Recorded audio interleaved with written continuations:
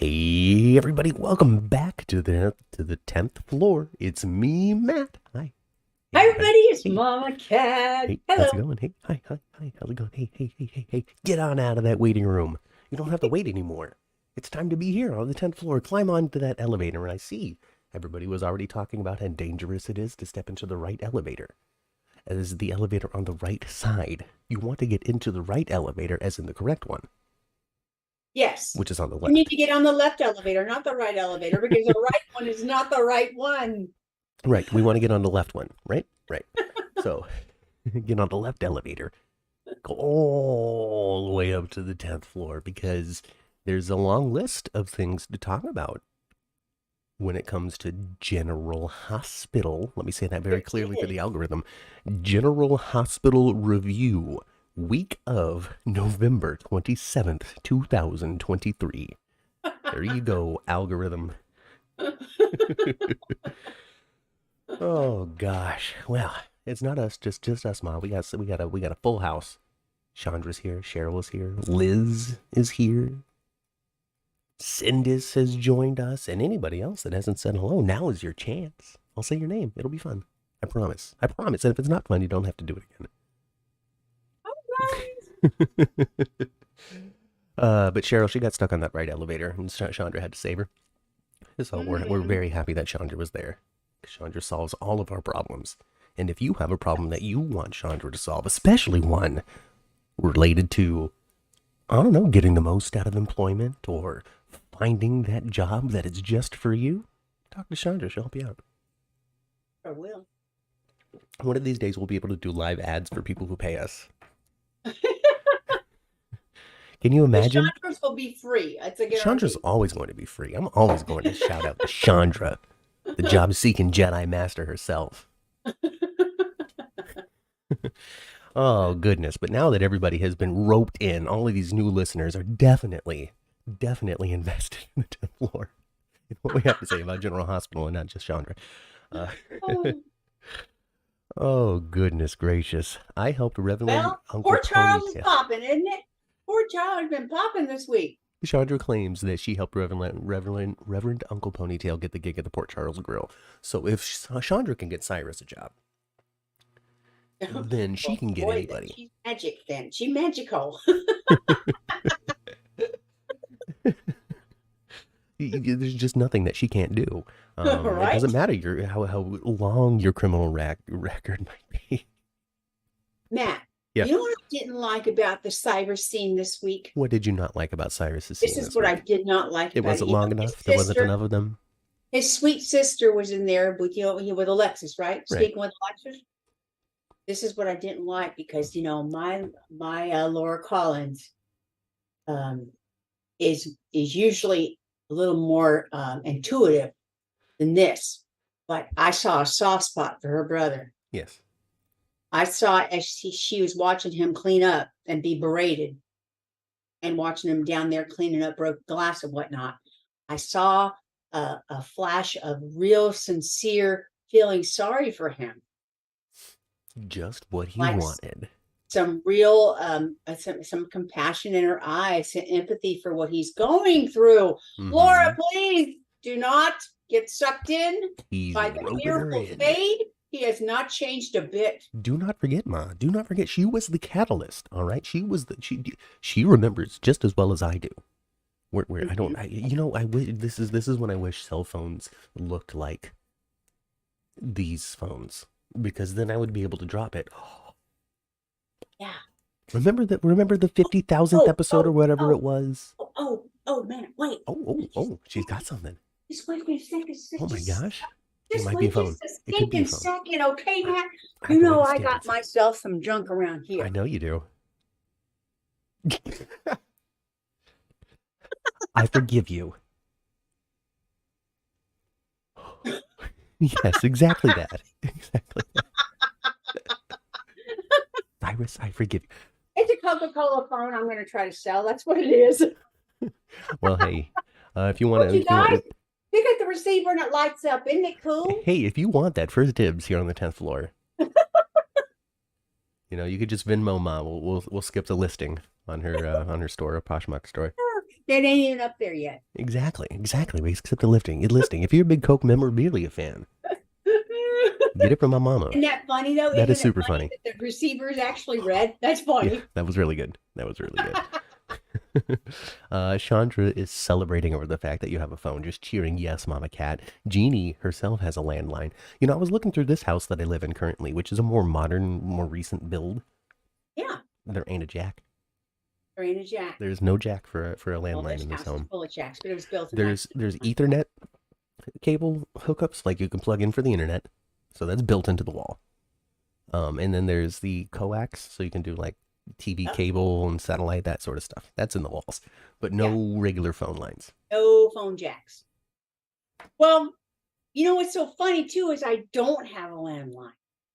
Right. And that thing does extra special sounds and whatnot, and it doesn't have a test demo for the sounds unless I have a stinking landline. So that's why it's not really for sale yet, because I really don't know if it's 100% functional or what it does. Quite somebody. Well, you can go to Jeannie's house. You can go to Melissa's house. Chandra just got rid of her landline, but that means that she has the hookup. So you're just gonna have to go visit one of these watchers, one of these viewers, one of these listeners, one of these people that left the 10th floor, and be able to experiment with the phone. Isn't that funny? Yeah, that is funny. Anyway, for those listening, I didn't see any of that. Sorry. So yeah, this is all Laura's fault to a degree. She was the one that gave him the go ahead to be someone new. In a degree, in a way, in a certain way of looking at it from a certain point of view. So her the wool is being pulled over her eyes. Yes. But Laura, she's getting very sentimental in her older years. She is, and I understand, but it's just Laura is just supposed to be able to smell a rat. She was able to smell a rat recently as a couple of years ago. I remember her sitting with Kevin and being like, at the end of that, being like, "That's Ryan." There's something. This isn't right. This isn't my guy. Where's Ryan? Where's Ryan? Or where's Kevin? You're Ryan. Get out of here. There's something to that degree. I don't remember if it was exactly that, but I do remember her being a little more intuitive than she has been. But instead of saying, "Hey, Laura, why aren't you?" Okay, because that's something that I see a lot. And this isn't a criticism against you, Ma. This is just a different point of view, a different perspective that you can take while watching. Anybody, not just you. Anybody. When you're thinking, how come Laura's not as smart as she used to be? How come she can't see what Cyrus is really up to? Instead of saying how come Laura is failing at this, flip that on its head and start saying Cyrus is so good at this that even Laura is falling for it. Oh, absolutely. There was, if, of course, that it's her brother and she knows what he's capable of, and she's just maybe be feeling like maybe there is some little bit of him that's redeemable, maybe. But if you're just a person in there, you would feel so sorry for that old guy cleaning up glass and being berated in public by his boss. Yes. I'm surprised that just some other patron didn't say, hey, what do you? It's because everybody knows Cyrus. He deserves this. I know. And it was also funny too, I thought, because he was hanging out there. He was in that room for a long time. What are these old dames going to see that he's right there? No, not at all. We're just totally going to miss it. Miss it. Oblivious. Oh, now I notice him now that he's on his hands and knees cleaning up glass and being berated. Okay. Oh my goodness gracious. What is this? They saying people are talking they can't wait for Cyrus and Charlotte to meet.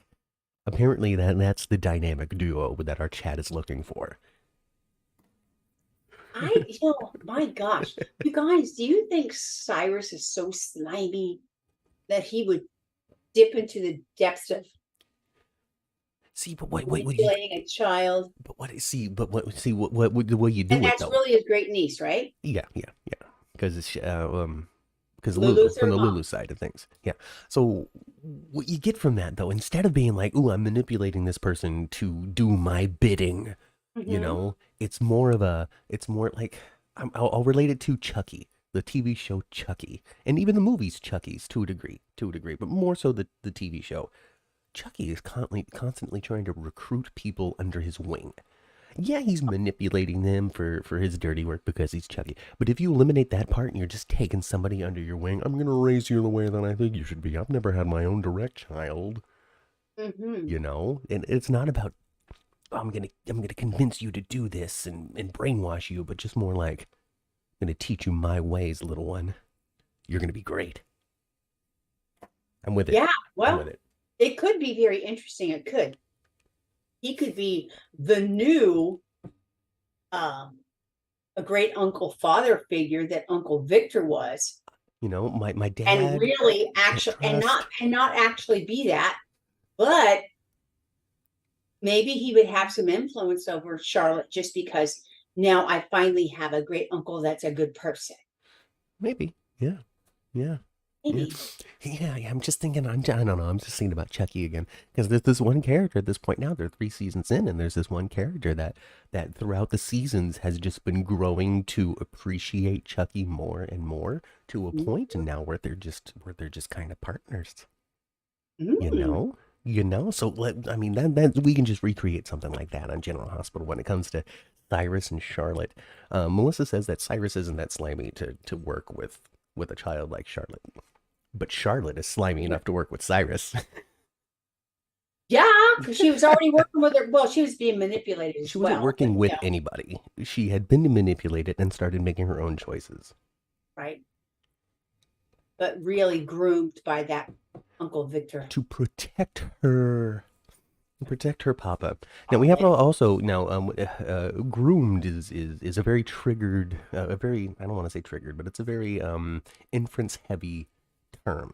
So we It should find is. something that isn't groomed, but like prepared, brainwashed, whatever it is. Mhm. Because she wasn't necessarily groomed for anything because that has a particular connotation. Um, Well, it does. It does. But, he just was for clarity, I'm not trying to say anybody's wrong well, for saying it. exactly. But he was manipulating her toward, doing things to Anna. Yeah, absolutely. Poisoning her mind against Anna, in which Absolutely. nobody could be correct except for Victor. Hmm. Hmm.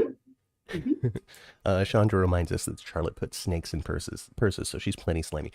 She was already somebody ready to be pushed in this direction. I think Uncle Victor already saw the Cassadine blood pulsating through her veins. Melissa suggests the term tailored. I like that. Cheryl says gaslit, and that's very true as well. Mhm. It's Anna's fault. It's not your fault, but making Charlotte see something that isn't real, convincing Right. her that the light is on when it truly isn't. Uh-huh. Uncle Victor was so good at that. Very much There's no so. lengths he wouldn't go to facilitate it. Mm-hmm. Mm-hmm. He could Mm-hmm. make it look real in like tangible ways. Daisy suggests that all Charlotte needs is just a switch real quick. I switch real quick. That'll fix that. That'll fix it right up. Just go up back, Charlotte. I need you to go back there and I need you to pick one. Okay? Bring it back and we're going to handle this. Oh, that really happened to me. Okay. We actually had a tree. We had a peach tree, and I had to go pick my switch. So I'm triggered. All right. Okay, well, maybe not that then.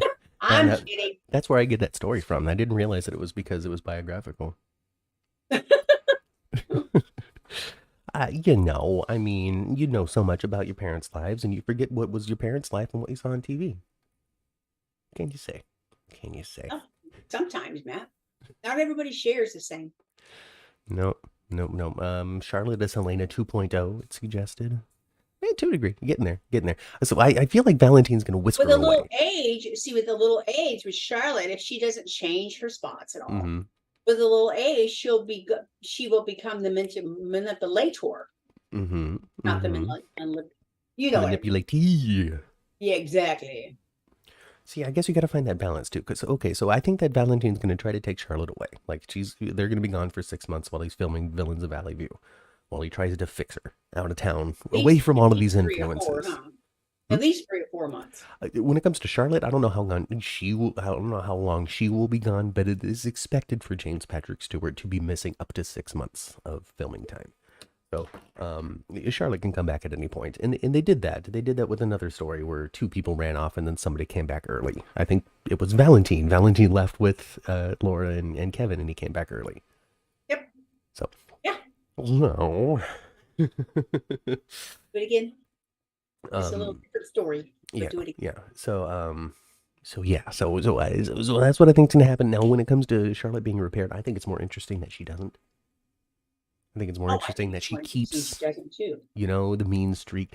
And what they got to do, see what they would do. Like if you take Esme, for example, and you take Charlotte, you know, Charlotte and Esme and Charlotte. We're not saying that they need to hang out and have scenes together, but if you just take those two characters and compare them side by side, you can achieve a villain of Esme's status without making it so she personally has set fires to cars and she personally has put drugs in people's things and she personally has done these things. But she could be a terrible manipulator and a liar and somebody that just enters people's lives to destroy them, does all kinds of different things to get to her enemies without crossing any of those lines that might make the audience be like, okay, now. Okay, that's too much. So that's the trick. That's the trick. That's the trick. And I think they can do it. Charlotte can babysit Ace. Yeah, that'll go over well.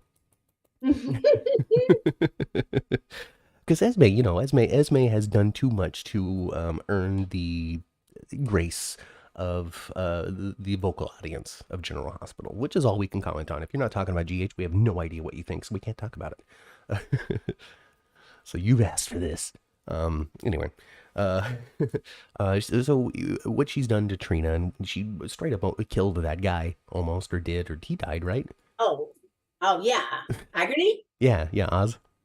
Yeah, he's dead. He's dead. Yeah, she did that. But, well, yeah, she did that to a degree. To a degree. To a point. Yes. To a point. She did.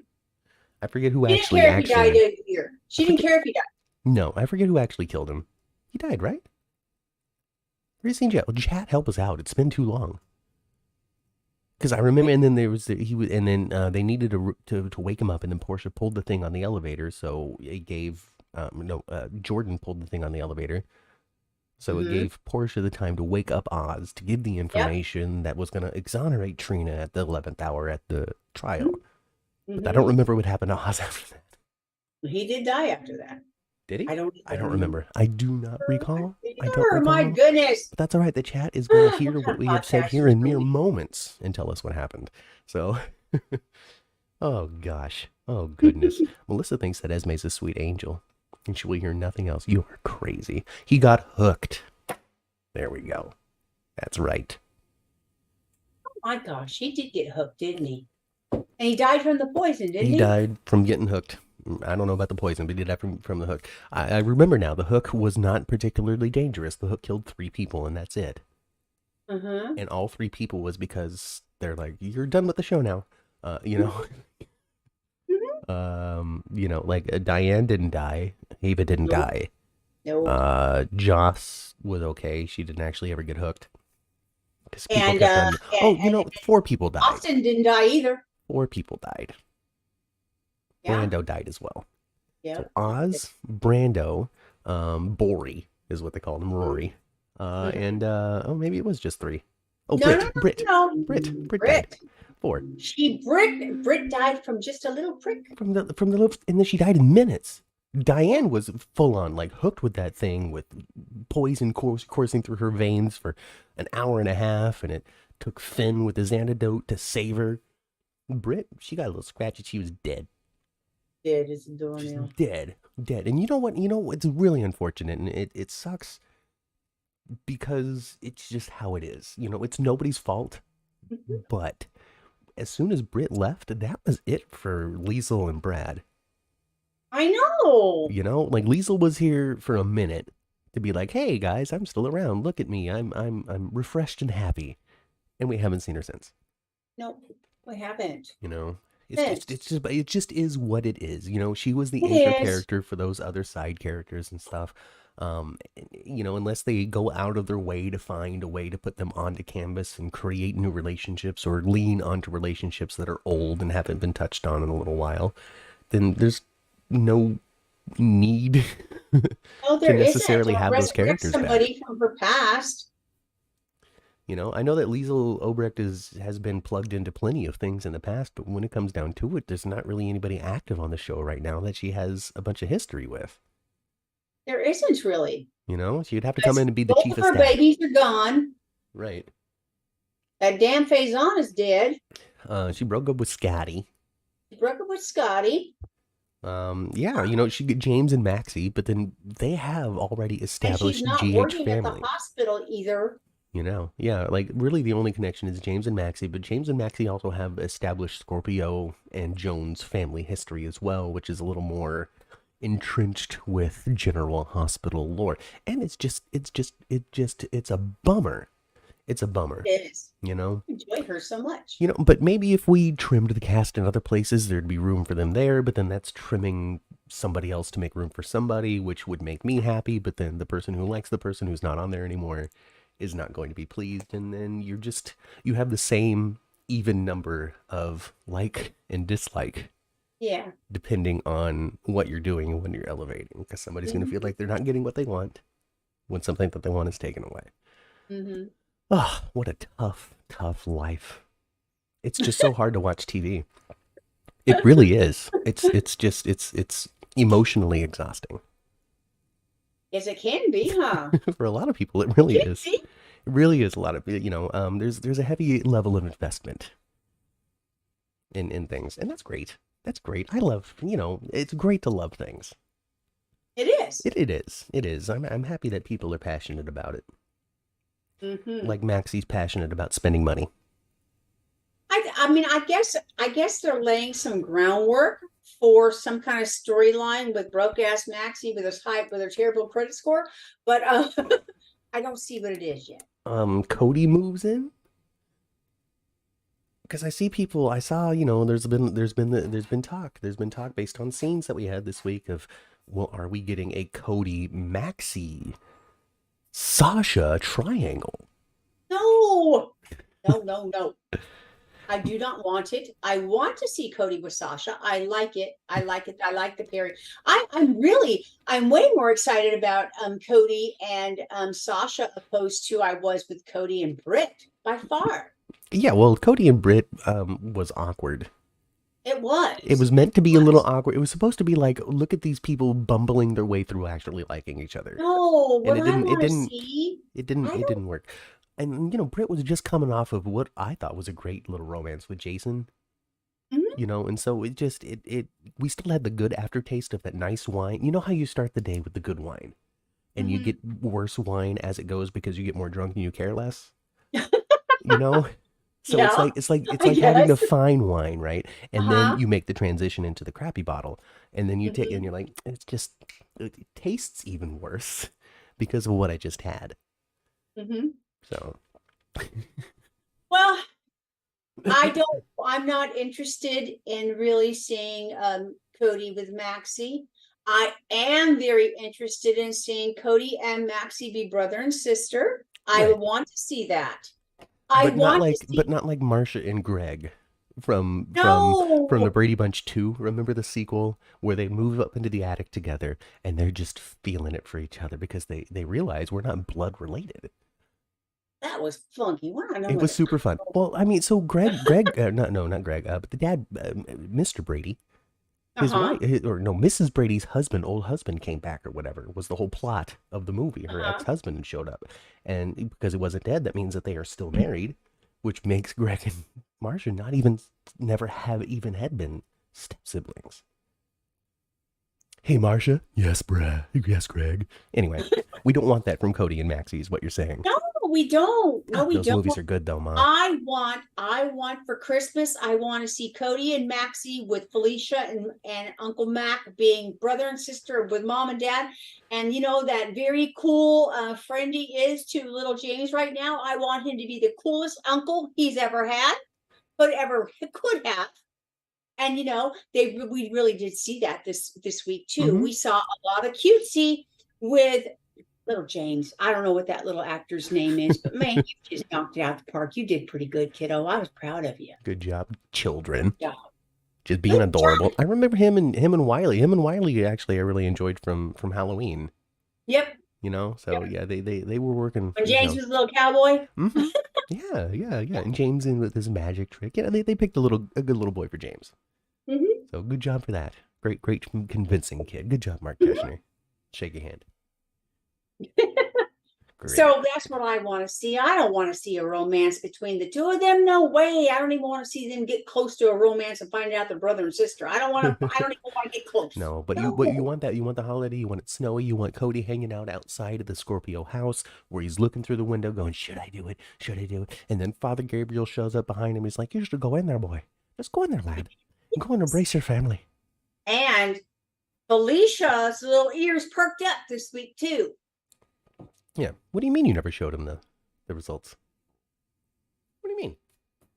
Well, he's never actually seen them with his eyeballs. Yes. What do you mean? Why didn't you We all need show that. him? We all need that for Christmas. I don't know what they have planned for Christmas. Because, let's see, what did we get for Christmas last year? That wasn't Dead Liam, was it? No, that was New Year's. I don't know what they got for Christmas last year. I'm not sure we got anything special for Christmas last year. Not a lot. No. Well, then But, we're due. Of course, and the next week I'll be very disappointed if I don't hear that same canned Christmas music over. Well, maybe Nina changed it. Usually at the Metroport, right in the restaurant is where you hear that. I want it. Oh, yeah.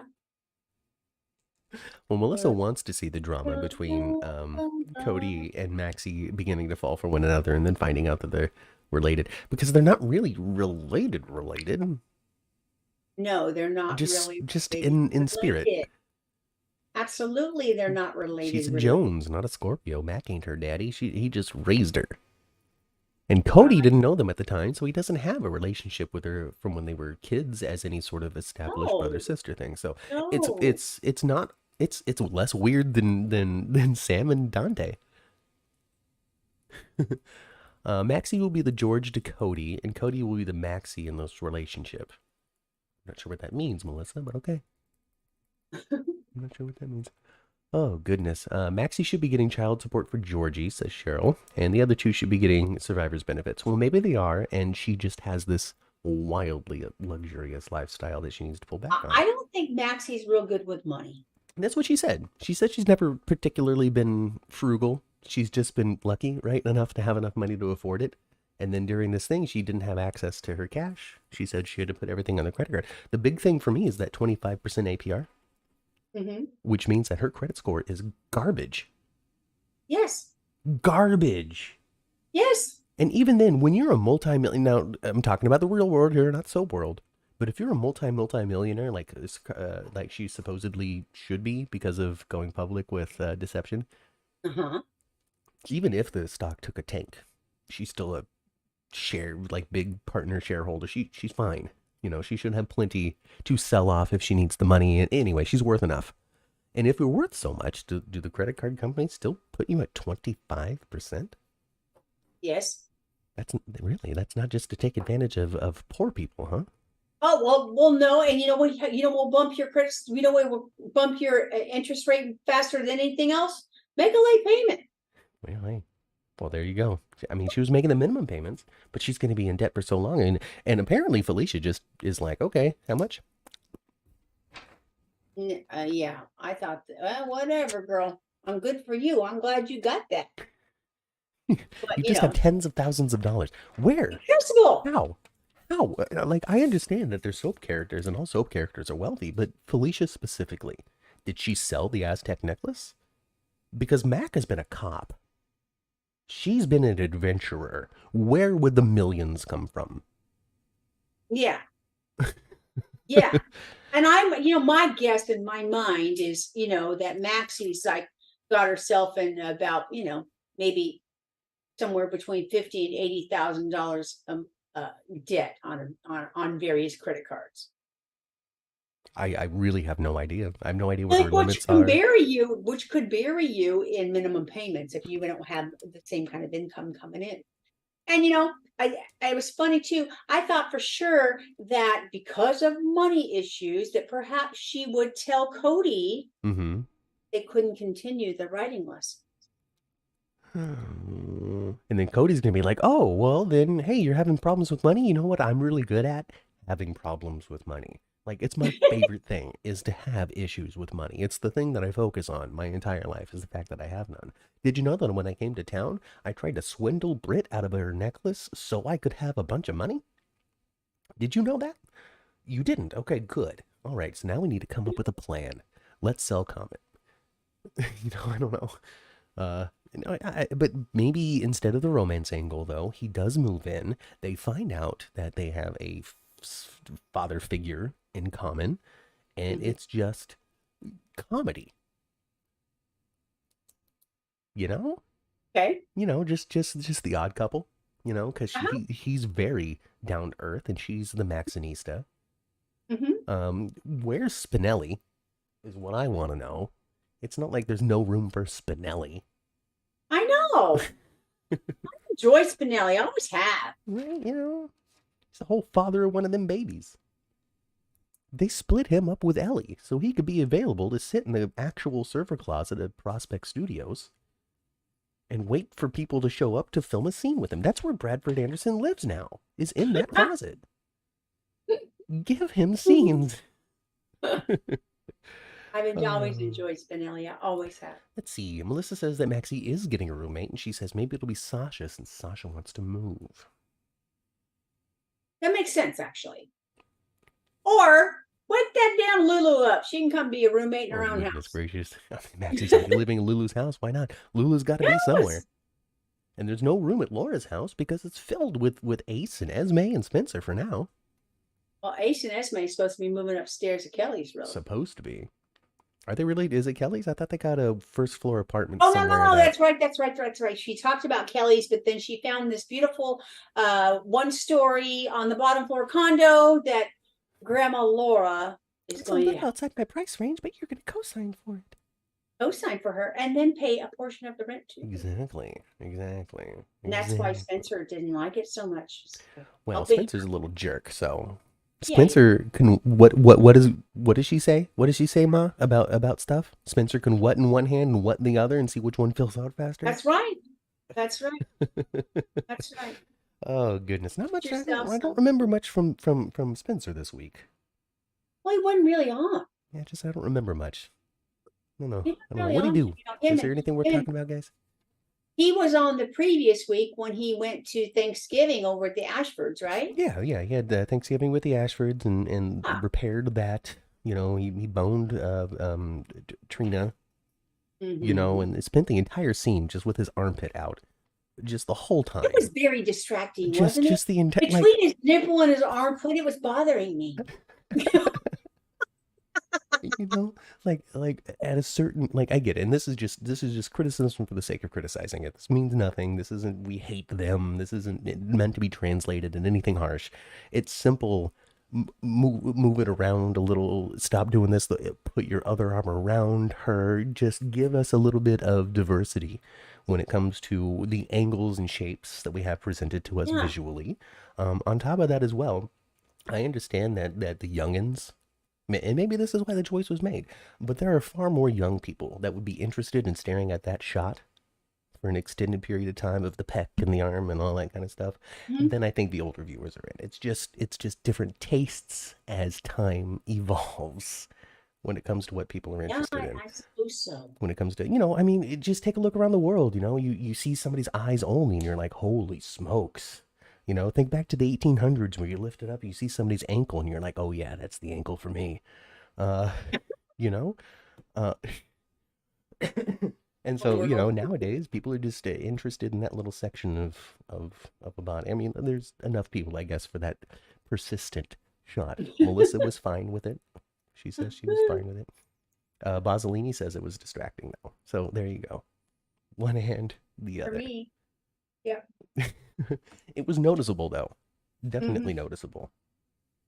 Very noticeable. And wouldn't it be kind of stinky too? Like, once you're done with the passion that they have for one another, wouldn't it be the pheromones just afterward, just maybe the pheromones would turn into funk, okay? Right. like Jocelyn walks into the dorm and goes, "Oh, Yeah. Oh, this must have been like what it was like for you before, huh? Yeah, okay. I get it. Sorry, my bad. My bad. I didn't realize that it was like this. Dex and I will always find a hotel room from now Oh on. my gosh. Oh goodness. Anyway, so they like each other and that's nice. But that was last week. Whatever. Whatever. Welcome to the 10th floor, folks, where we talk about Spencer's armpit for 5 minutes. Jesus. TJ and Portia are not going to be entering a romance with each other. No. No. And if they do, I will be shocked. I would be very shocked. Because I just, as much as, even as soon as a few months ago when they were having him hug Willow a bunch, like that was the opportunity for him to start moving into different romantic prospects on the canvas. Not now. What is going to happen now, though, is that he going to give the baby to Christina, right? And Molly is still not going to feel a connection to it because it's not her kid. And that is what we saw here when it comes to this. I want to be a mom. Let's get a new surrogate. She's not really feeling a connection to this process. Nope. Nope. While TJ is. TJ is. TJ, I think TJ's, and I understand to a certain degree, but TJ's is, resistance to go down that road again is much different than hers because it would hurt him so much. I mean, it hurt her too, but I don't think it's exactly what I was talking about before we got to this point of it took a long time for us to get to a point where we're getting into the content of this actual story. We've had a lot of exposition, a lot of leading up to basically what has happened this week. And that's, because we've talked about it at length over the last couple of weeks about this particular story, but we're finally finding out what this story is about to a point. And this is some heavy difference between Molly and TJ.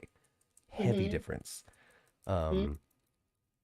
Especially if Molly never really finds a connection to the pregnancy portion of it. She might find connection to the baby once it's in her arms, but the pregnancy portion isn't there. Yeah, and I'm surprised. I'm kind of surprised about the Christina thing because I don't see TJ of late going on board for that at all. Now, here's where it could get real soapy. They do it anyway. Without him knowing? Without him knowing. Well, have they gone? Like, they live together. They do it. They could find a soapy way. Yeah. To make it happen. He could do a deposit at the hospital and then take it. And then, yeah. Now, I guess I was thinking a little more Days of Our Lives, I guess. Anyway, but yeah, it's positive. Now that would be a very soapy way of going about it. That would be incredibly dramatic, and they can just lie. Say, well, we'll figure out how to tell TJ in the next couple of months. We'll figure out the perfect plan to tell him, the perfect plan to tell him, and it's never a perfect plan, and he finds out. Drama. Yeah.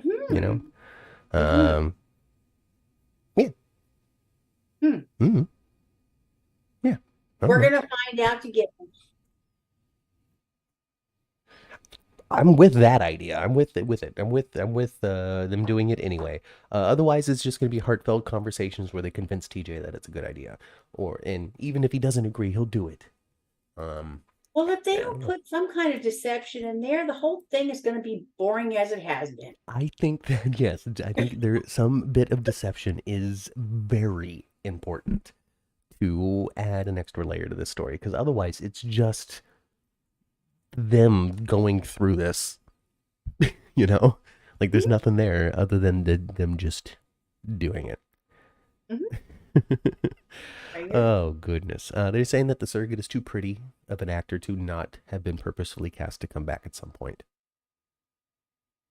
And that's something that I've said before, not necessarily about this particular actor, but the one who played Neil's brother in that funeral. I'm like, nah, that's not just a day player, that's an actor. No offense to somebody who comes on for a day. I don't mean that you're not an actor. but Yeah, that's somebody that they they have a different look. have a different look. They have whether it's even just in the time that they take to do the hair, makeup, and costume, they have a different look, and you just get a sense every once in a while this person will be back eventually. Hmm. I can see that surrogate come back. I can also see that surrogate come back with TJ and Molly's baby. Hmm. Because this is a soap opera as much as General Hospital sometimes tries to just be a drama. Did you know that Tristan Rogers has said that General Hospital is not a soap? I think I have heard him say that. Yeah, he said that it is not a soap. It is just a dramatic serial or a daytime drama or something like that. But Uh-huh. when it comes to whatever his definition for soap opera is, GH does not measure up. Tristan Rogers himself, folks. Mr. Robert Scorpio for the unfamiliar. Mm-hmm. It's Goodness. Robert Scorpio. Let's see. Christina will get will be the surrogate, says Cheryl. Then Molly will get pregnant, and then the other baby will be back from the surrogate, and then we could just get 3 children. I have all kinds of babies. Oh, hey Vita. Jordan better decide what she's going to be called at that point, huh?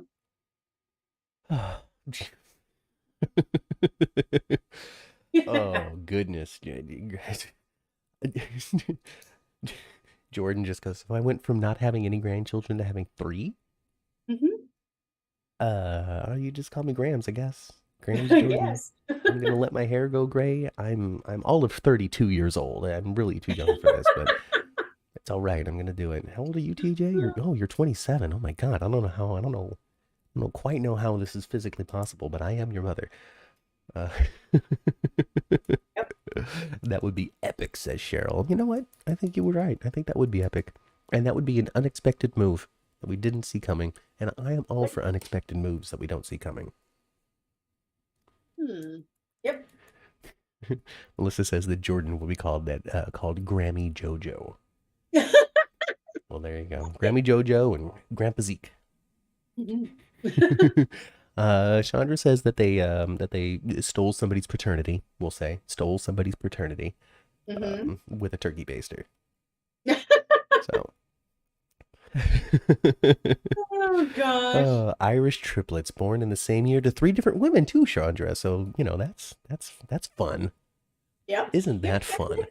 It That is is so fun. super fun. And then Portia could be pregnant. You I could know, see that. I could a see Curtis. Portia having a I could see Portia and Curtis having a baby. I want more mess between them again. I really want Zeke. I really want more. I want, like how things sort of got a little messy Hmm. before the strike happened, where Curtis kissed Jordan and all that kind of stuff. Yes. And then bygones are bygones. And then he got shot. And now here we are. Hmm. I don't know. I would love to see some sort of something, not necessarily let's resurrect the whole Jordan and Curtis thing, because it's not like we haven't been there for years, but True. some mess in there that isn't Yes. just mopey Curtis.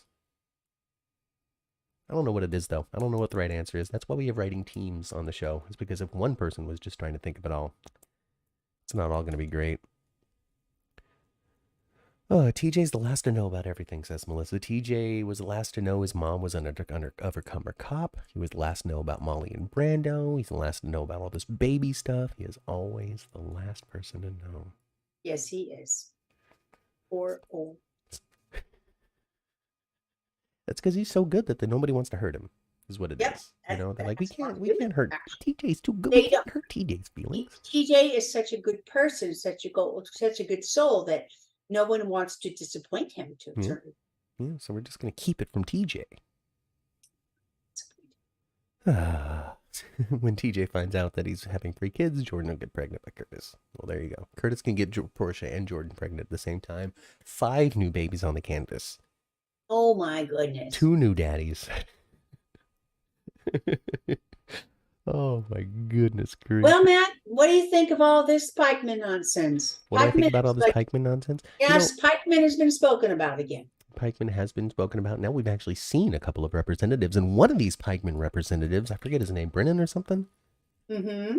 The one from Kelly's. The one from Kelly's, the Aussie, because it's General Hospital, and we can't not hire people from Australia on General Hospital.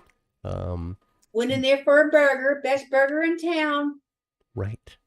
And do you remember him from Desperate Housewives? I don't. Okay, I did recognize him. I thought, why does he look so familiar? But I did not place where I saw him from. he didn't have a beard in Desperate Housewives. And if I am not mistaken, and tell me if I'm wrong, chat, but I believe he was the real estate developer that came in and was Michelle Williams' boyfriend in that final season with the mafia ties that got Mike Delfino killed. Oh my goodness. Because he went in and he was doing all these shady businesses over in Wisteria Lane, and he had the romance with Michelle Williams. That's her name, right? Vanessa Williams. Vanessa Williams had that relationship with Vanessa Williams. Mike Delfino shows up to whatever and beats the tar out of some sort of mob person to protect this guy because he's learning all the secrets because it's Desperate Housewives. And then the penultimate episode, the episode before the final episode, there was a drive-by. They were like, "Hey, Mike Delfino." He turns around, bam, gets shot right there in the chest, dies in Susan's arms. Mike Delfino. Goodness, a spoiler alert, by the way. For people who haven't watched Desperate Housewives, that handsome plumber. You're almost at the end of Desperate Housewives. Ooh, that handsome plumber that you got that you got to know in that first episode. He's dead in the second to last. Sorry, folks. Sorry. He spent that entire series trying to date Susan. They would get together and break up, and they get together and break up, and then they got together, got married. The show jumped forward 5 years, and guess what happened in those 5 years? They split up. Yep. Silly. Oh, goodness gracious. It's a good show. Michelle Williams was Jen on Dawson's Creek. Thank you very much, Melissa. Well, maybe all of this can come back now that the strike is over, says Chandra. And yeah, I think that's entirely possible. And that leads me, we'll get back to Pikeman Mod, but there's something that I really, really, really, really want to talk about right now. What's that? This who shot Austin thing. And I think the strike has a lot to do with what we're seeing right now. I think so. I do. Here's why. Okay. Before the strike happened, you and I heard a rumor from a reliable source about something that was going to be happening with Kevin. In relation to Ryan. Oh, yeah. And we've seen none of that. No. Austin gets shot. Ava gets a letter, "You're welcome." Do you think that it possibly could be Kevin Collins beginning to show his psychological break, in which he begins to behave a little bit more like Ryan? I would love it. However, I would love it. I think it's Nicholas. Yeah, you think it's Nick? I think Nicholas. You think Nicholas would so Nicholas, as of yet, from my understanding, has never pulled a gun on somebody and pulled the trigger. No, I don't think so either. So do you think Nicholas has finally gotten to the point in which he personally would shoot somebody? Possibly yes. Possibly yes. But I like your idea a lot better. The chat also seems to like it. Cheryl says, "Oh no." Chandra says, "Oh." Melissa says, "Kevin is awfully interested in Spencer's relationship with Esme too." Jeannie says, "Oh God, I hope not." Chandra says, "I love everything about that." Melissa suggests that maybe Nicholas did it as an apology to Ava. That's quite the apology. When it comes down to it, having Nicholas be the person who pulls a gun and shoots somebody himself takes the character to a level that he hasn't achieved yet, from my knowledge. I don't look at it, if it's Nicholas, I don't look at it as a "you're welcome." I look at it as "I'm going to frame you." Right. Why would Nicholas be apologizing to Ava? Ava bashed him over the head. Exactly. I would think he would be more apt to frame her. Look, Nicholas tried to kill Hayden. Did Nicholas, and I'm not trying to argue with you, Bosalini, let me know, because I didn't see this myself. Did Nicholas himself pull a gun and shoot at Hayden, or did he just have Sean do it? Only.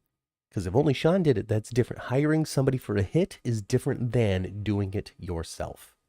Oh, sure. Ultimately, the result is the same. The person might be dead. But to hire somebody to do it takes a particular evil. To do it yourself takes a different level of evil. It does. So I just don't know if Nicholas is that evil. You know what I mean? That's that's all I'm trying to figure out. I am hearing about what something happened and you orchestrated it is a lot different than being cold-blooded and doing it yourself. To be there for the violence, to be there for the horrible look in their eye. Right? Your victims look in their eye. To be able to see that is completely different. Totally different. Totally different. So, but I like that idea. Gosh, John's a great actor. A fractured Kevin, he could play that like David Canary. I tell you, and that's big boots to fill. That is big boots to fill. And I also, when it comes down to it, when a photo sent with a note, "You're welcome," mysterious, no name, all that that is not Cyrus style. That isn't Mason style. That's Ryan's style. It's also Nicholas style too, though. Yeah, it's not Nicholas though, and if it's Nicholas, I'm gonna be shocked. Yeah. Also, why?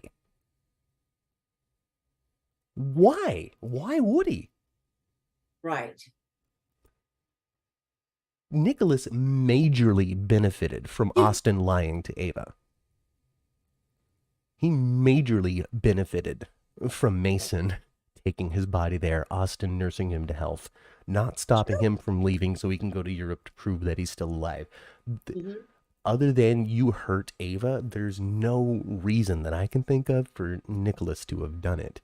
And Nicholas doesn't love Ava like that, or he shouldn't. But he could have enough disdain for her, though, to want to set her up and have her go to jail for hitting him in the head. Yeah, but also, though, yes, maybe, and this is Soapland, so any number of things could be happening. I could be thinking about it far too logically for what the story is hoping I do. In his absence, Nicholas may have tapped into his Uncle Victor, grandmother Elena's blood. He might have. He might have. Well, I'm all here for it. I love it. I thought Ava was one dumb girl for throwing that stuff in the fireplace. Come on. Even if you don't call the police, even if you don't share it, hang on to it. I do. Not Chandra. Melissa says, because Austin had Ava kidnapped, or so it seems, and if Nicholas came to the gallery to see Ava and overheard Austin's confession, then maybe he did something about it. I remember saying that on Twitter myself, Melissa. And it's entirely possible. Entirely possible. But then you just boiled it down to why would he do that for Ava? And I understand the whole, and here's my counter argument when it comes to trying to frame her. He sent her a letter with a photo that says you're welcome. All she has to do is say, look at what I got in the mail. That is evidence of me not doing this. And she thinks it's evidence that maybe she did. She thinks it's evidence that maybe she did? Well, she was telling that's what she told Nina, that this could make it look like I did it. Yeah. Panic. I don't quite see how that would make it look like she did, unless it made it look like I ordered a hit and this is my thanks, you did it. Exactly. You know? Yeah. I would be less satisfied if it was Nicholas. I want Nicholas to be the Windermere buyer and not the Austin killer. That's just what I want. I want him to be I want him to be back on Spoon Island. I would much rather it be Ryan in Kevin's body. Because as it turns out, and as it turns out, my favorite story comes back to life. Because Kevin and Ryan are patients 1 and 2, or 3 and 4, or something. But all the twins were patients 1 through 6. Yep. Anna and Alex, Kevin and Ryan, Drew and Jason. Yep. It's entirely possible that that Ryan is Kevin and Kevin is Ryan. It could They be. had their memories swap-a-doodled. Yeah. Kevin is dead, and Ryan is resurfacing. And Kevin was the one that lost his hand. And Kevin was the one that lost his hand, the one that lost his life, the one that Max shot. And then this digital memory swap is breaking down. We can even work that into Jason or into into Drew. Because Drew, we have to be real. We have to be honest, and we have to even be to a point where maybe even the characters might be noticing it a little bit. Drew has gone through a major change. he has. He's even trying to get rid of Scout again. Yeah. Well, I don't, I can't figure it out. At this school, does she go home every night? I don't Or does know. she They kept on saying private school, not necessarily boarding school. Right. And they also say, and they also showed that, it's in proximity, it's not very far away. It's not like somewhere you'd be sent away to. Unless it's not very far away means it's very easy to visit her there every weekend. Yeah. But Drew was like very matter of fact, like, oh, look at this. This is where you're going, kind of thing. And he said it very much nicer than that, but he didn't really incorporate too much of that decision making or even the research into it, or even trying to get a favor for admittance. He didn't ask anybody else what they thought or if it was something that they even should pursue. Right? Yeah, I don't Like know. Like Sam it's said, like why Sam said to Dante, we've had our first, Drew and I have had our first co-parenting disagreement or yes, whatever. dilemma of some sort. Yes. Yeah. And she made a very big point of saying to Christina how different he is. Mm-hmm. Mm-hmm. Drew is different. This is how I would do it. It really is. This is how I would do it. Something's going on with the digital memory swaps. They're starting to break down. They're getting too old. It's been 30 years, whatever it is. Something has gone down with these transferred memories. We find out that Kevin has been Ryan since the swap. And whatever it is that was inside Drew's head is getting real funky. Because as we left it, he still has Jason's memories.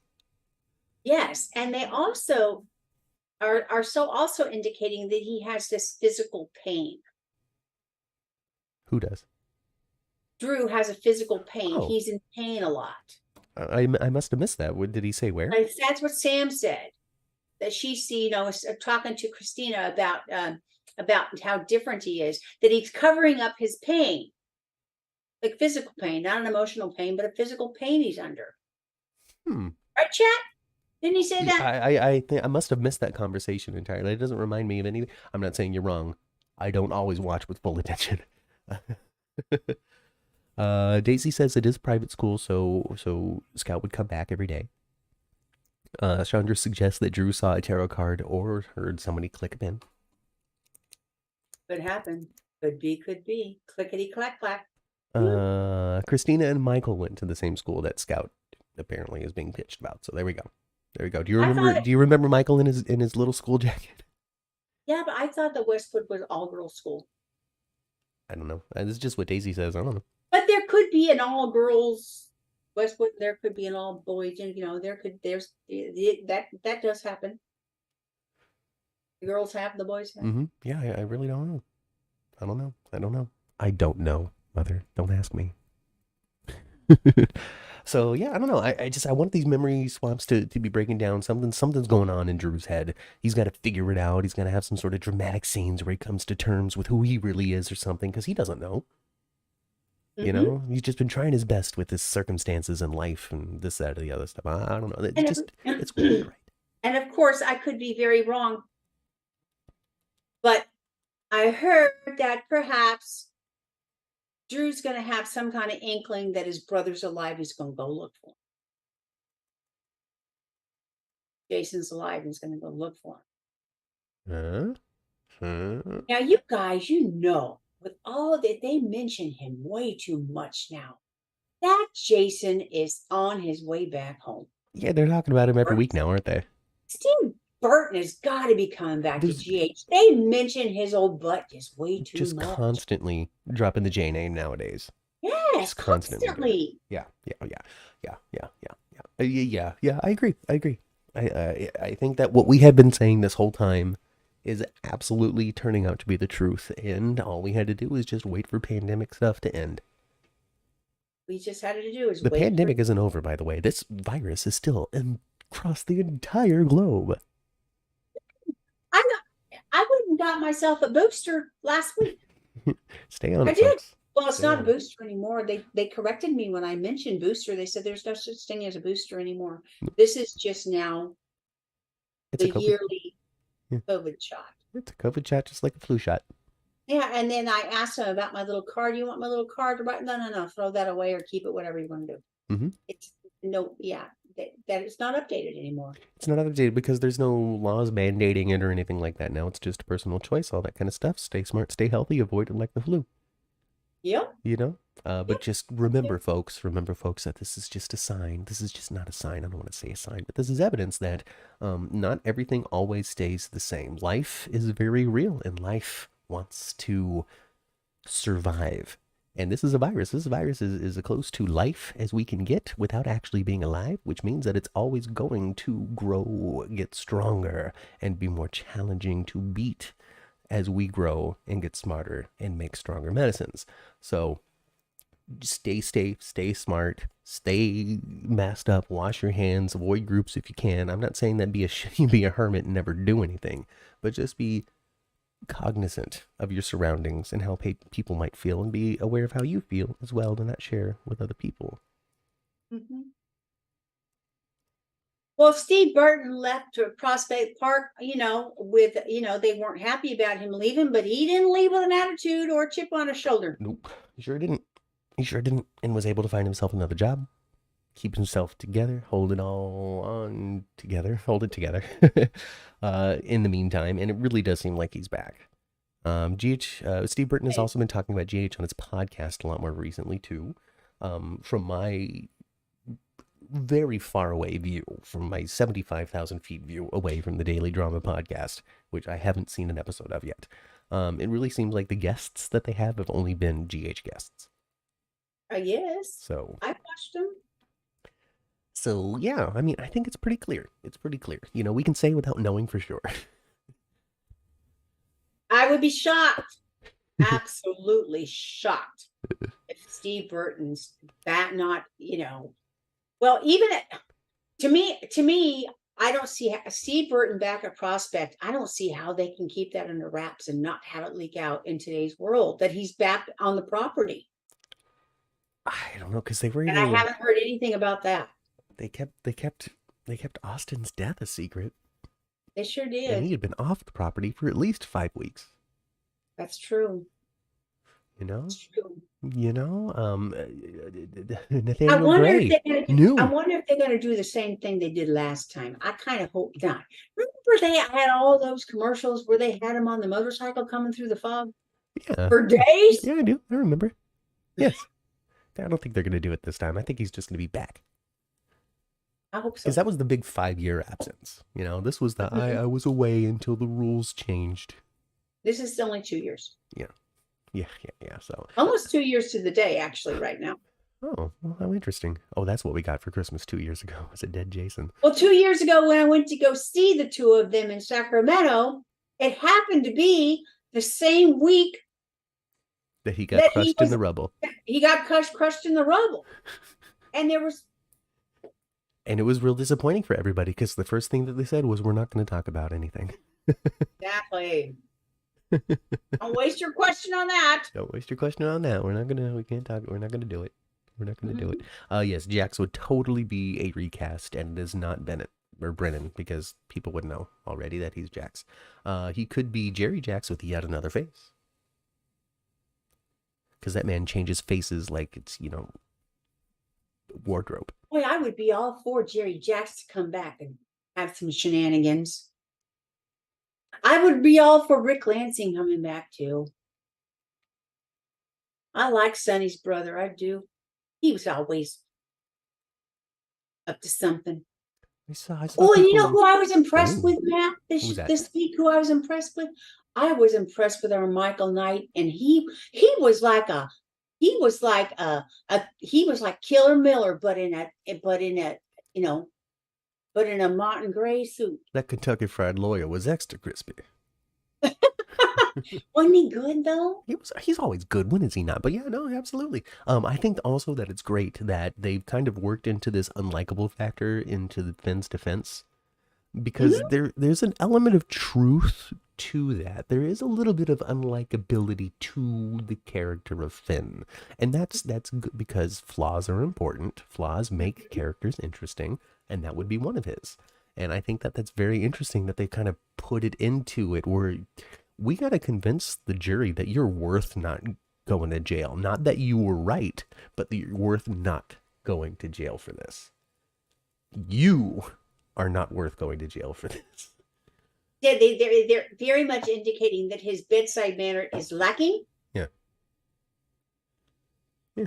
and his ability to connect to humans is not great. Not a plethora of humans, no. Nope. No, Nope. And maybe that's why he's so unlucky in love as well. maybe. Yeah, I could see he's the matter of fact doctor. He's the one that's just, we're just gonna get it handled. And be done, Well, let's not waste a bunch of time with all of this weird pleasantries. I'm gonna come in. Plus he's he's the specialist. He's not the Hmm. GP.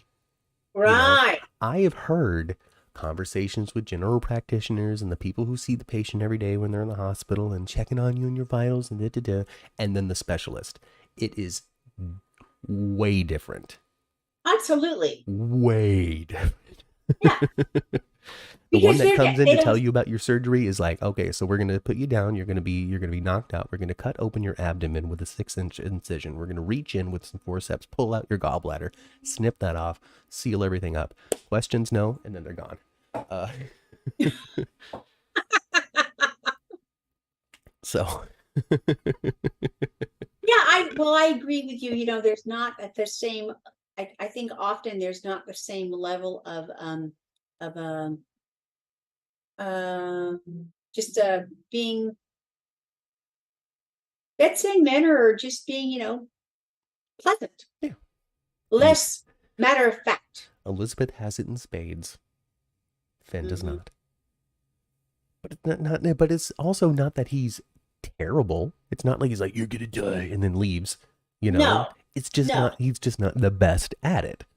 right. That's all. And when it comes to this serious situation, it sucks that he's not the best at it. Hmm. The hospital isn't seeming to be interested in helping him. No, I think they're depicting it pretty true. The hospital is going to try to protect itself, and if he happens to have to be the one to go down to save General Hospital and them not to be held liable for it, Hmm. they will. Yeah, I don't know, because I've seen the He's a opposite opinion as necessary well. casualty. I've seen the opposite opinion as well. Where they're like, the hospital would fight tooth and nail for a doctor like Finn. So I just don't know what the truth is, and it doesn't really matter what the truth of the real world is because that's not the story they're telling. Right. They're telling the story of Finn is getting sued for malpractice. Elizabeth is there for him. Marty is there for him. Alexis is there for him. And the hospital is not. But that just means that we're opening up the door down the line for either Portia or for Terry to do something to help Finn, in opposed to what the board of directors say, and just add more drama, bring more characters into this story, and strengthen some bonds, ties, and relationships along the way. Or maybe they can intertwine Gregory a little more into it. There's that too, you Hmm. know? Hmm. Seeing Finn at Greg's side, and they say, oh, wow, yeah, look at him. He's a real doctor, a man of the people. Somebody Yes. the way can't take away from these patients. He's far too important for the lives of everybody else. Hmm. Yeah. Yes. All right. So We can get back to Pikeman then. Pikeman. Yes. I want Pikeman to be somebody I really recognize. I want it to be someone really shocking. I think since we got that actor, it's going to be him. You think so? Oh, I don't understand why he'd be an underling. Yeah. And he's gonna have an eye for Carly, isn't he? I guess. Maybe. I don't really know what to know about that because it's new. It's brand new. This is baby story right now. You know. Yeah, and we've been led to believe so far that he doesn't even know that that's the ex Mrs. Corinthos. Well, perhaps he does. I would imagine that he knows. You would think so. I would think so. You would think so. You know, he's just trying to be all generous though, flashing around his big bills. You know. Well, I hope to see you back. Oh, definitely will be, Ross. I am not a Nina fan. But Michael is such a Michael's ridiculous, right isn't he? now. Isn't Michael being over the top Right ridiculous? Yeah. So you're using my dad. You're using my dad, then, are you?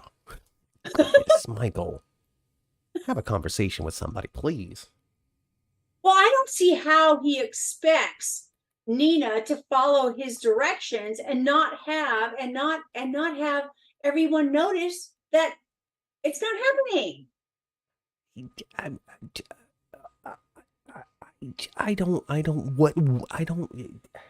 The only way to make Michael happy is to die and leave the hotel in Carly's name. And then now she can never have a chance to talk to Michael's family ever again and will never bother him. You know, that's like the only way that he's going to be satisfied. No. Yeah. And I'm not at all convinced that Willow is not going to have big problems with what he's done. I think that is going to way overshadow calling the SEC. Because calling the SEC was one thing, but Drew's extreme sentencing wasn't because the SEC was called, it's because the judge was a jerk.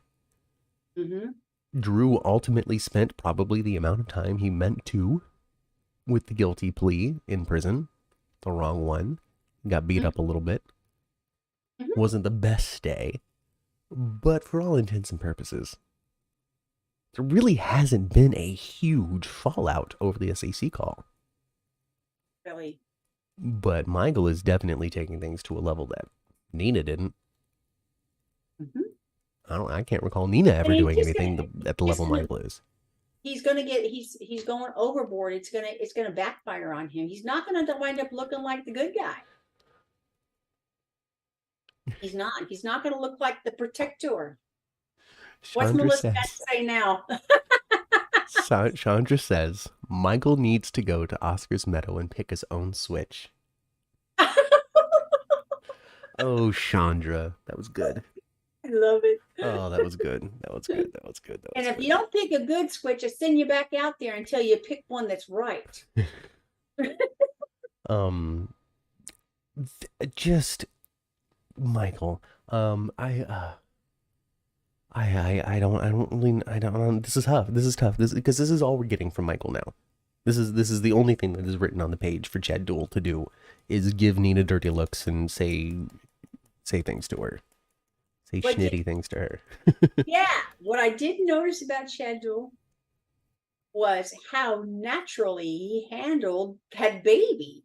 You could very much tell that Chad Duell's got a baby at home as well. He got a baby at home now. Yeah. Yeah. Because he handled that baby Amelia at the park like he'd been holding her all day. Probably has been. Oh my goodness. Cinda says Michael's marriage to Willow is going to have some upheaval when she finds out what he's doing behind her back. And Cinda, we agree with you entirely. Willow's not going to be happy about it. I don't think that Willow and Michael will stay together. I think Willow's going to say something along the lines of what Nina did was bad and I'm going to be dealing with that. Absolutely, I'm going to be dealing with that. But what you did was worse. And mostly because you decided to, once again, you and your mother decided to not tell me something about my life. And now too, now that she's not ill, she had she gave him a little bit of leeway before because she was ill. Mm-hmm. And now she's healthy. There's no reason to keep everything guarded from her. Nope. You should have told me. If you were my partner, you should have told me what you were doing and what was going on with Nina. If we're supposed to be in everything together, you should have let me know. And then we could have figured it out together. Maybe we And could have I, gone to her and explained to her the situation. I don't know. and I agreed when, when she kind of, told Michael, well, he wants to have Christmas with his family. What am I supposed to? I'm supposed to say no, thank you to Christmas? Yeah. Is basically what she said to Michael. Yeah. Yeah. It's like, well, you gotta pay. Well, I'm not gonna. Well, what if I don't? Yeah, that was the last we saw. Yeah. Yeah. What if I don't? Yeah, yeah. I enjoy Nina. See, when it comes to this Nina versus Carly situation, which all of this still is Nina versus Carly, just Michael's involved. Mhm. What I think has worked out and why this story has had such longevity is because of their ability to flip who's doing the wrong thing, who's doing the right thing, who's supposed to be sympathetic, who's being too much, who's going too far. Because all of them at this point have gone too far against each other and made the other person more sympathetic and then turned around and did something that was a little bit too much. Just the trading of guilt is just really interesting in this particular story. And I think that's why it's been going on for so long. But since we're getting, Pikeman and stuff introduced in person, I think it might be almost time to get rid of the SEC and move forward with that. I can see how maybe the regular writers stuff is starting to bleed in once again. I was wondering, so scripts that we're seeing on television now are from our old writers again. I don't know. I haven't been paying attention to see if credits have been up. So chat, let me know if there's been writers credits. But I haven't been looking. But if there's writers credits, then like we've said on the podcast before, then yeah, we got the regular crew back in. But even if it isn't, even if this is the transitionary period or whatever, I don't know. But I would say that with the introduction of Pikeman, with Christina and Molly finally saying, okay, I'm okay, maybe we can move forward with this together. We get a proposal this week. Nina gets the letter, maybe with that Ryan and not Nina, Ava gets the letter. Maybe Ryan and Kevin story maybe potentially be popping off. All of these little things are indicating to me that whatever we had put to rest for a little while might be starting to be waking up again. So Carly doesn't care about Nina. We know. She doesn't. It's true. It's true. Let's see. Willow will be mad at Michael, but she'll disown Nina. I don't know, Melissa. I don't know. Chandra said there's nothing in the credits yet that she's seen, so we're getting there. I think we're getting there. I really do. I really do. Get close. Gotta get close. Yeah. Michael's been on a 10 since since Jax blackmailed him into letting Nina see Wiley. Remember, Jax found out that Michael had swept Willow? He sure did. He looked through the window and he was banging Willow and he was like, oh my God, Willow's married to Chase. Yep. We'll use this against you, Michael. Yep. Maybe Pikeman will get Nina to get Sonny. One can hope. I don't know, Cheryl. I don't know what Sonny's going to do. Sonny's always in control. He sure wants to make some raviolis. He's just ready to cook. I appreciate that Nina is involved in so many other stories now too. Like she played a role in the Charlotte thing, showing her connection to that family still there, and then Ava Foley was like, "This is what happened. Here's the full story. Here's the freaking letter." They are best friends. Like I appreciate seeing Nina do stuff that isn't just fighting with Carly and hanging out with Sonny. Because I think it shows the quality of the character and how good and powerful and influential she can be in these stories. That isn't just tense romance. So that was nice to see. Robert feeding Diane food. Aww. Yes. I like that. Melissa always in the chat trying to guide this conversation, by the way. Just constantly. You know how many times she's like, now we should talk about, you need to discuss. And then now she's just bringing up Thanksgiving like it's the thing to talk about. Melissa. Well, let's talk about Thanksgiving at the Quartermains. You want to talk about Thanksgiving at the Quartermains? So Gloria ran afoul of the Russian mob. Now, apparently, you hated this. I thought it stank, Stop. Let's do it, Ma. Let's do it. All right. James Lott Jr., he had Joshua Bernard on his channel this last week. Uh-huh. All right. I don't know if Uh-huh. he's doing a podcast today, but Uh-huh. we're gonna do it. We're gonna be a shady Sunday right now, Ma.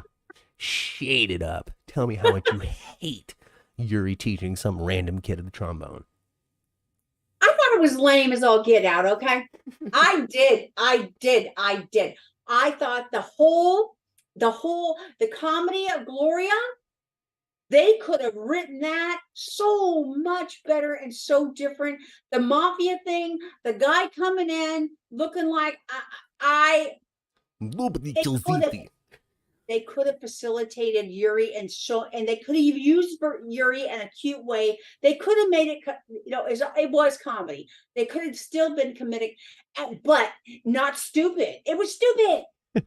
I found it to be just insanely out of place. It was insanely Out of place. Yes. I don't really know what to say about it beyond that. It just took time. I'm all for having Miss Travolta on the screen another day. I loved it, actually. Yeah. I loved Grandma being there. I love Gloria being there. I love the fact that Sonny can't make the raviolis as well as she can. I love all that stuff. But the Russian mafia was lame. No, I mean, enough for you? yeah, it's fine. Oh goodness. It was what it was. It made me think of Days of Our Lives. Campy, campity, camp. That, and then also remember the conversation between Johnny and Chanel about Chanel making extra cookies for that one person who came into the shop super late and it was like 5 minutes of her telling the story about making cookies, and the punchline at the end was he ate 4 boxes while she was doing it, and he's like, oh, you're so giving, and I am like, what is this obvious time stretch? What is this incredible waste of our time as viewers? Because they needed to fill the air with something. Ugh. I can understand. Like I said, I'm all for it. Just make it not lame. It could not. I mean, come on. Any old dumb storyline, all right? What happened to all my carrots? I can't find my carrots. I need to make my special blah blah blah before I take off and go come back. Where's my carrots? There's little Leo. He took them all and he went down to comment and he gave them all the comment and he fed them the comment. Anything but that lame old thing there. Oh my goodness. Oh my god. Or just having, I don't know either, man. I don't know. It's Goofy Wild is what it is. Wild. It was just the whole with Lois and Gloria kind of putting pressure on Chase to like put a ring on it. That was kind of charming, and that would happen. So like here we could just always come up with another story that they didn't do. Like they could have been running around for a couple of days trying to accidentally push, like quote unquote accidentally, but try to like push them into this accidental thing where they wind up, like they hide a ring and then Chase finds the ring. It's like, what's this? And they're like, well, I don't know. Well, maybe you should hold on to that. They could have done some wacky Three's Company kind of comedy. Yeah. Right? Yeah, they could have. Somebody could have fallen over the couch, fallen off of roller skates, any number of different things. But the only part of the story that I did like at all was Brooklyn kind of saving the day. Yeah, she did see it with the because she's, so I guess that's what we got out of it. Okay, was there's this thing that came in, and then the Quartermains unified to beat it. Yes. Brooklyn had the thing. There was a good conversation. It was Yuri was there to, bring in Petrov and Petra and all, blah blah blah blah blah. Yeah. Cheryl says, well, it added to the mystery of who is Yuri? What is Yuri? Because he did come in as, hired protection from Valentine to protect Bailey, and now he's their housemaid or something. The butler. You know, Just, he's our they're just so houseboy. great. You know, just I don't know. I don't know. It's weird, but yeah. I guess like I said on the other show, sometimes you just need to let things happen and see where it goes before having commentary. Because I don't know what we got. I don't know what was that for. Well, Christmas to the Quartermains better be better than that. Well, Christmas of the Quartermains doesn't wind up with pizza, which Nina had to bring. Right. My brother had my sister-in-law's engagement ring in his pocket for a week, waiting for the right moment, and that was 20 years ago, says Chandra. So maybe they're talking about the proposal. Maybe that's something similar. Cassandra said, hey, do you think this proposal came simply because of family pressure?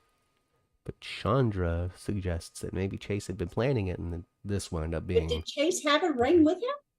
I don't know, did he? Well, I mean, she's just saying that, you know, Yeah. in comparison, Okay, maybe it's something that yeah. was already on his mind and in his heart, and he's like, you know what, this is a good moment. Yeah.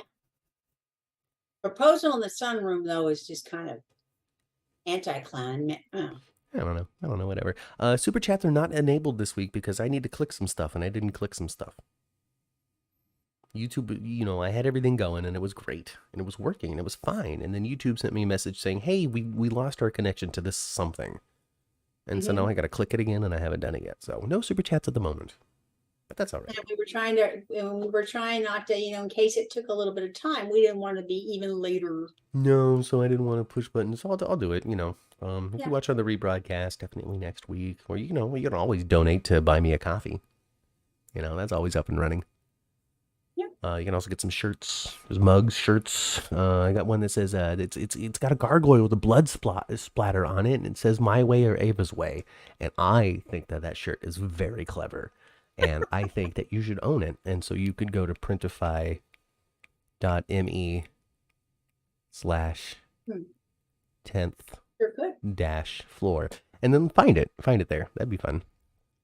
That would be fun. That'd be fun. What's a super chat? Says Cindis. Super chat is a way for you to interact with the show in a different level. It does cost a couple of dollars, but you get to do stickers, and then your chat gets highlighted and super bold, and I definitely won't miss it because, oh my God, does YouTube make sure that I have seen this thing. And then 15% of the super chats would go to Toys for Tots this month. So anyway, I don't got a button for you right now. When kiddos get some toys for Christmas. It would be great for kiddos to get toys for Christmas. And then somebody else is doing some other something. I think there was some sort of Toys for Tots thing being done by some other big soap something. I don't remember what it is. I don't know who it is. I don't know what the details are. But if you want to donate to that and not here, go ahead. Yes. We just want kids to have toys. I don't care who you give your money to in order for it to happen. Yeah. All we want is just everybody to have a toy. Yeah. We are supporting Toys for Tots. Everybody should support Toys for Tots. And even then, you can donate directly, toysfortots.org. Just go there. Go straight there. You can skip all of these middlemen and stuff and just do that. You can go and you can pick up a toy, unwrapped, sealed, and drop it in a bin. They're all over the place, aren't they? I mean, I don't know if they're all over the place right now on this very date, but they will be. Yeah. Yeah. I see the Salvation Army bell ringers are out there in full force. Give the toys. Get the toys for sure. Toys. But I'm just saying the barrels are probably out there if you look. Ding, ding, ding. All those Santas out there, the sticky bandits. Sticky bandits. I survived being thrown off the Windermere turret, and all I got with this lousy hand. That's Melissa. Well, that's a shirt idea. That one you can do. You can do that. That's cute. That's cute. A lot of words. It's a lot of words. Oh, goodness. I don't think anyone in GH has stayed married to their first spouse. I don't think so either, and I don't think that they should. It's a soap. Let's get divorced. I mean, my goodness, it's very normal from soap to soap to soap to have a character and usually it's a mainstay character, a couple, and they've been married anywhere from 3 to 5 times to each other. The fact that TJ and Molly are still together is a freak of nature. It is very odd, isn't it? It's super odd that they have lasted this long and aren't broken up. and haven't broken Right. up. And the only And real struggle to their relationship was the fact that Jordan said that TJ ran away when he was really kidnapped. yeah, part of the reason why TJ and Molly have always stayed together is though is because they have not given them searing story beats. They mean that, they for years and years they had TJ behind the counter at Mm-hmm. Kelly's, and Molly coming in with her latest. I don't know what. Oh, it's okay, baby. It's gonna be fine. Smoochy, smoochy. And then they put him in the doctor's clothes. Mhm, You know. So mhm, they've been we'll call them tertiary characters. That's third, I think. Uh, you're primary, you get secondary, you get tertiary. You get primary characters: Sonny, Carly, Jason, Sam, Dante. Tertiary, name them. Anybody that's not who I just said. And then you got Amy's and your Yuri's and your Terry's. We're just kind of on, and that's what TJ was for the longest time. Anyway, I don't gotta explain it to you. You guys watched for the show. I did. Did. I think TJ and Molly may split during Christina's surrogacy in this, and it's possible. It really just depends on how it folds out. I'm happy that we've gotten somewhere in the story to actually have something to talk about, though. Super Agree. happy. I agree. Uh, I'm still a fan of the new Molly. I'm not a fan of the storyline itself, mm-hmm. but I am a fan of this latest Molly. I think out of all of them, she's been the best choice, other than, of course, our Haley Poulos. I think that even having even the resolution to Christina deciding that she will do it and Molly saying okay worked. Like Mhm. I even think that I thought that it was logical and made sense. It didn't leave me feeling going, but why would they ever make this choice? Like I understand why they have made this choice, and so kudos to the show for doing it well enough for consumption, even if it's not everybody's favorite cup of tea. And you know what? Congratulations to Kate. They gave Christina a place to live, I know, a whole set and everything, right? a Is it whole new? It's set, new. It's new, right? Is it new a new set. set? No. And the actors always say that if they create a set for you, man, that's something to celebrate. That makes me think that they probably have Christina on contract for at least 3 years. Well, maybe. Kate Mansi. Mhm. And they'll use that set again. I think we're gonna see some Christina and Blaze stuff in that set. Oh yeah, that's why. Yeah, of course. Yeah. Yes, making out and getting to know each other very well. Mhm. At least we know that the baby won't actually really be Blaze's and not TJ's. That's a good point. Unless there's something about Blaze we don't know.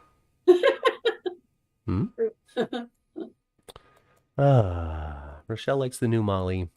Melissa says we got to see the set with Molly's first visit. I do think it's a little funny that Molly's never been to Christina's house, but that also might have been just a joke, people, over the fact that they're on a new set.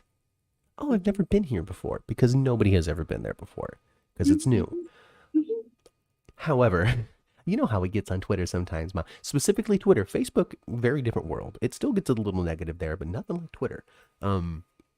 Because they're like, how is Molly never, ever, ever, ever been to Christina's house? How is that logically possible? Folks, it really isn't. It's just a joke. Yeah. It's just a joke. It's just a joke. Not you folks, though. Not you in the chat. The chat that's right And here.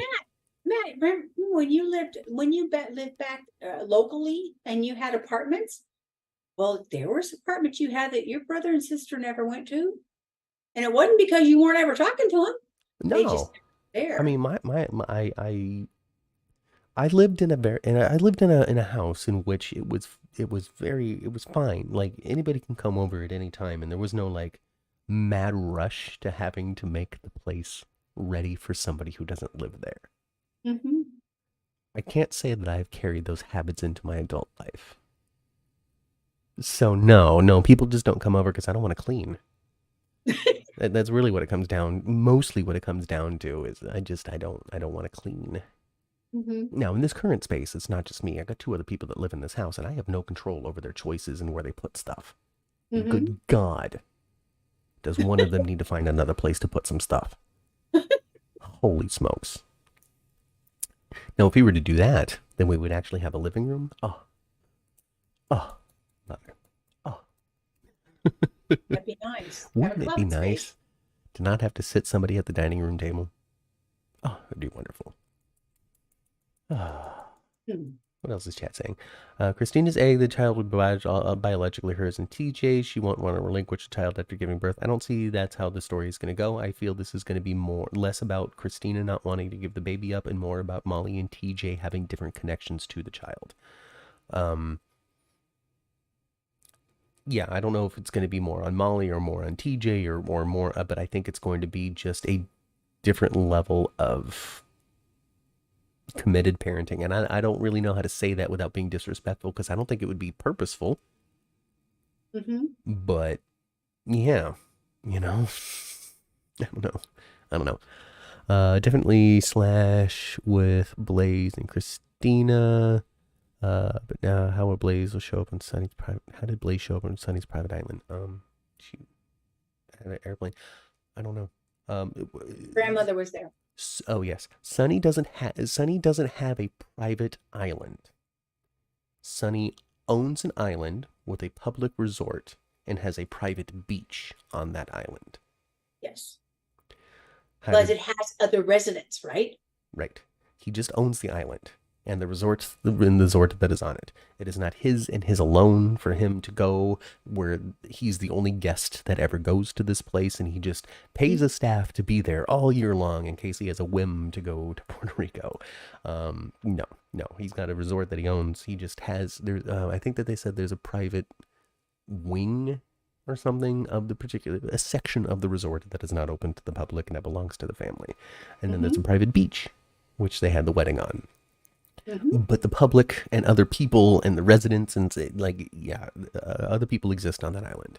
Well, sure, and it's got a fully functional casino. That place does. So it's got to have guests.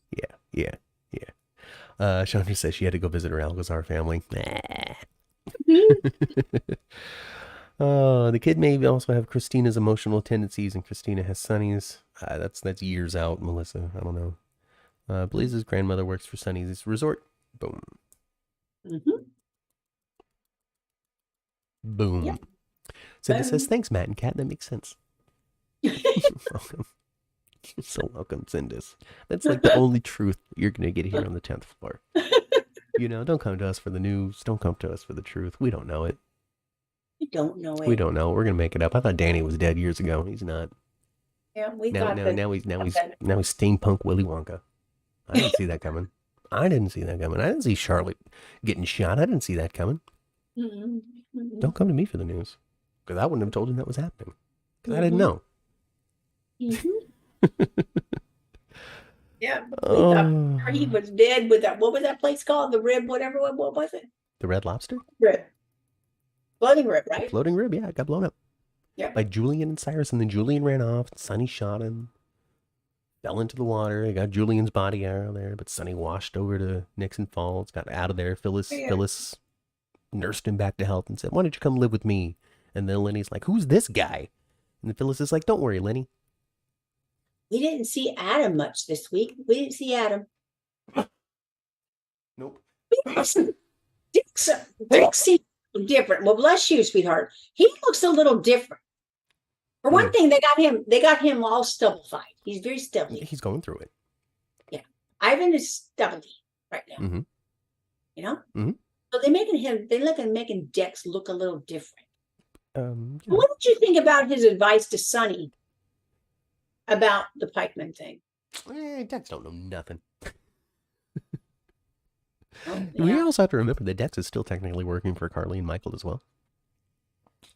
I don't know, man. Michael fired him and told him no, not to be. I'm sorry? Did Michael say we're done? Did he? I don't remember that. Maybe he did. No. Thank you, everybody, for the blesses. Dex got a haircut, says Melissa. I don't know. Maybe they're just trying to make him look tough. With what's his name on the way back, probably. Maybe they're just preparing him. Kind of putting him in a particular thing. When it comes to his advice to Sonny, I don't know. Like, Sonny's gonna do what Sonny wants to do, right? Yeah. But Dex's advice was that he should have just played along a little more. What does Dex know? I don't know, man. Yeah, I mean, I I don't agree know to it. what Dex knows. I agree because like it is a strange decision on Sonny's part to just be like, they're gonna find that I'm more trouble than I'm worth, and Hmm. they're gonna move on to somebody else. Where at this point have you gotten that sense from Pikeman? Hmm. Hmm. You know, And like why if you would you want somebody else? Why would you want some other player on the docks to have that kind of power, be that powerful? unless they were going to be like use a different dock coming through the west coast instead of the east coast, coming through the Gulf But of yeah, but Mexico. get the I hell don't out of know. Charles. Import through Florida. I really don't know. But I think that that shows just a lot of hubris and just not being smart. That wasn't a smart choice. And so yeah, Dex don't know nothing, but he was right in this. He still don't know nothing though. He doesn't have the years of experience that Sonny has. I don't know what they're going to do with Dex when they have you know, um, that other blonde fellow with muscles and a He lot of can get out of the tattoos coming out. mafia and do something else. He could. I don't know. Or he can stay with the mafia. Because it's not like they didn't have a number of people that were involved in those plots. It just used to be Sam, and now it'll be Dex. So, I don't know. Let's see. If Jason did return, that might make him Dex's father. Maybe. I think there's a, I think there's a pretty good chance of that. Probably. Probably. Sonny's ego is getting in the way, says Daisy. It's probably true as well. Well, sometimes ego gets away a lot, doesn't it? It's fine. What if they're just going to move on to somebody else? I just tell them no. Nah, I don't think that's how it's going to work. Dex looks like Jason Quartermain. Get him a sweater vest. Just a little bit. Sonny is still not as strong as he used to be. Woo, scarier, says Chandra. Well, you know, Maurice he has said this over and over again during different uh, plots, different storylines. Oh, the old Sonny's returning. The old Sonny. He's back. Well, um, I disagree. I haven't seen a real like old. The closest thing I saw to like a real Sonny, like back when he's bad, and that Mm-hmm. he's always allude to, Sonny being a forceful. Yes. And, that's what he's always alluding to. I haven't. I haven't seen that side of Sonny since he stuck Dexter up on that hook. That It's was an because old Sonny move. It was. we don't have old Sonny. We don't have old Sonny. It's all right. We don't need old Sonny. We need Sonny to retire from the mafia and open up his own charity alongside with Christina. That's what we need. Melissa says that Dex will open up a restaurant with Aiden as his lead chef. If Jason did return, they might make him Dex's father. We already talked about that. And another person on there also said that with Dex's new haircut and stuff, it reminds him a lot of a young Jason. So it seems like they just might be going that way and trying to feed into a little bit more resemblance. You guys, they put a black T-shirt on him and any kind of leather. I kind of sews it in there.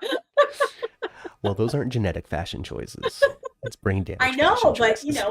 it would just lend to It would. familiarity. It would. It totally would. Absolutely. Dex will end up. Oh, I said that. Old Sunny will return, but it'll be with Carly. I don't really, honestly, I don't think we're ever going to be getting Sunny and Carly again. I think that we might come close, but it just won't happen. Yeah, I don't think that. I mean, if they left it up to the actors, I would say no. If they wrote it, one of them would probably be like, all right. And the other one would be like, can we talk about it some? And then would have to be convinced. Mm-hmm. So, I don't know. We'll see. We'll see. But I think that it's more interesting to have that be done. People, that you can be done. You really can be. Just because you're together for a long time doesn't mean that that's your person, right? Does it? It does mean. I mean, they worked on it for very long and they've been divorced 5-6 times. 5 times. Like if you're together consistently that whole time, then yeah, maybe you owe it to yourself to work really hard and find that common ground once again.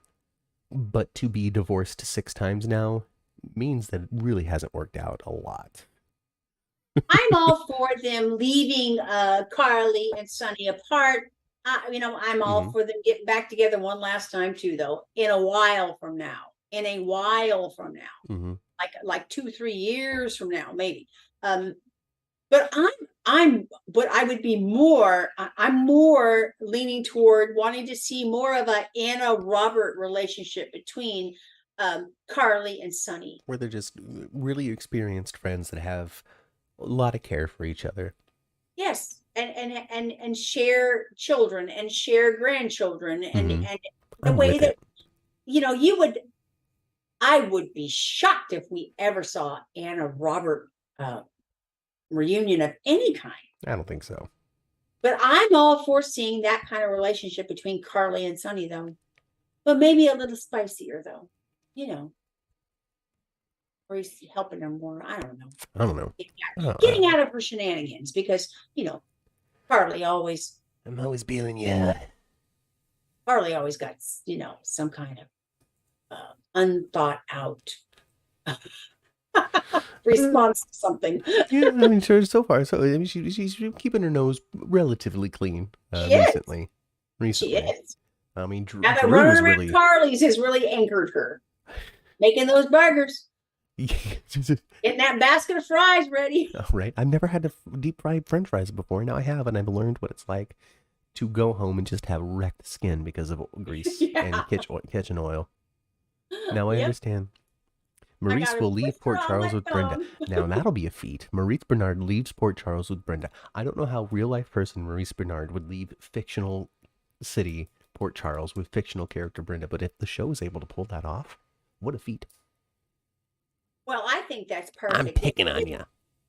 I don't think, why not? That gives, if Maurice really would like to get out of there for a bit, or just test the waters of not being Sonny. Well, yeah, don't kill him or nothing, send him out of town where he can come back. I think Maurice Bernard has said in the past, now his mind might have changed since then to now, but he has said in the past that Sonny would have to be killed. Like he sees the end of Sonny being his death. Yeah, but no one dies in Port Charles, not really. Plus the actor's like, okay, I'm done. Yeah. So yeah, like he would have to get shot and killed because of the things that he's done. Like the mafia he's taken out because he's in the mafioso. But I mean, he also sees himself as Don Corleone, so maybe he'd want that. I'm running around with Wiley, right? Running around with Wiley in a very small patch of corn. Okay, running around playing, we're laughing.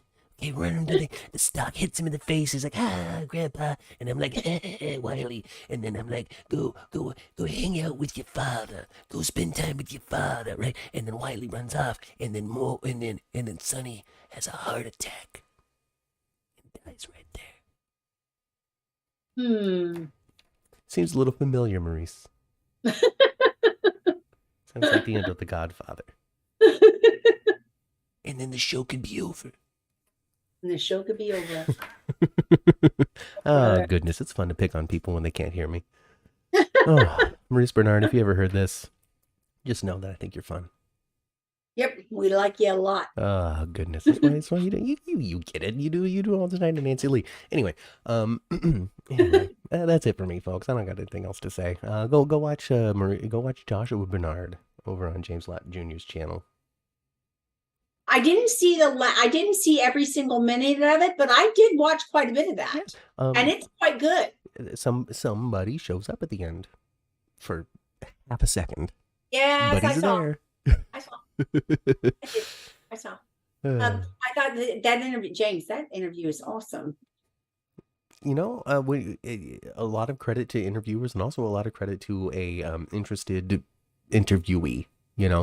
Somebody that wants to be there and have the conversation and give a well thought out answer, all that kind of stuff. Yes, good job, Josh, too. Yeah. So good job on all accounts. So check that out. I don't have a link. Just click around, you'll find it.